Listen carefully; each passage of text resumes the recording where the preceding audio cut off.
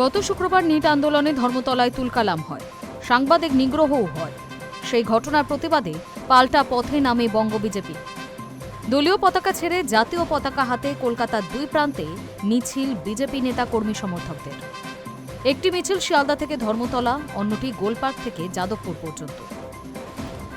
গত শুক্রবার নিট আন্দোলনে ধর্মতলায় তুলকালাম হয়। সেই ঘটনার প্রতিবাদে পাল্টা পথে বঙ্গ বিজেপি। দলীয় পতাকা ছেড়ে জাতীয় পতাকা হাতে দেখা যায় কর্মী সমর্থকদের। মিছিল আন্দোলনের নামে গত শুক্রবার অরাজকতা দেখা গিয়েছে। হিংসা ছড়ানোর পাশাপাশি দেশ বিরোধী স্লোগানও উঠেছে বলে অভিযোগ। কোনোভাবেই বাংলায় এসব মেনে নেওয়া হবে না এ বলে সরকারের তরফে কড়া হুঁশিয়ারিও দেওয়া হয়। সেই প্রতিবাদেই এবার পথে বঙ্গ বিজেপি। আরশোলাদের সমর্থনে পথে নেমেছিল এসএফআই সহ একাধিক বাম ছাত্র সংগঠন। শিয়ালদা থেকে ধর্মতলা পর্যন্ত ওই মিছিল ও অবস্থানের কর্মসূচি ছিল। ধর্মতলায় ওই মিছিলের তরফ থেকে হিংসা ছড়ানোর অভিযোগ ওঠে। বিতর্কিত পোস্টার, প্ল্যাকার্ড তো ছিলই, দেশবিরোধী স্লোগানও দেওয়া হয়েছিল সেখানে। খবর করতে গিয়ে একাধিক সাংবাদিক আক্রান্ত হয়েছিলেন। মিছিল থেকে হিংসা ছড়ানো, সাংবাদিক নিগ্রহের প্রতিবাদেই সোমবার পথে নামে বঙ্গ বিজেপি।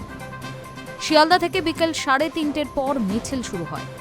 জাতীয় পতাকা নিয়ে ধর্মতলার উদ্দেশ্যে মিছিল শুরু করা হয়। শিয়ালদার ওই মিছিলে রাজ্যের মন্ত্রী তাপস রায়, বিজেপি বিধায়ক সজল ঘোষ, শঙ্কুদেব পণ্ডা, তমগ্ন ঘোষ সহ একাধিক বিজেপি নেতা ছিলেন। নিট আন্দোলনের নামে অরাজকতা, দেশবিরোধী স্লোগান মানা যায় না। যারা হিংসা ছড়াচ্ছেন তাদের শাস্তি হবেই, জোরালো এই দাবি করেছেন তাপস রায়। যারা হিংসা ছড়িয়েছে, গ্রেফতার হওয়া অভিযুক্তরা কিভাবে ছাত্র হতে পারে সেই প্রশ্নও তুলেছেন সজল ঘোষ। সিপিএম, কংগ্রেস, তৃণমূল আরশোলা সেজেছে, সেই অভিযোগও করেছেন সজল। ধৃতদের কড়া শাস্তির দাবিও তোলা হয়েছে। প্রধানমন্ত্রীর অসম্মানের পাল্টা স্লোগান তোলা হয়।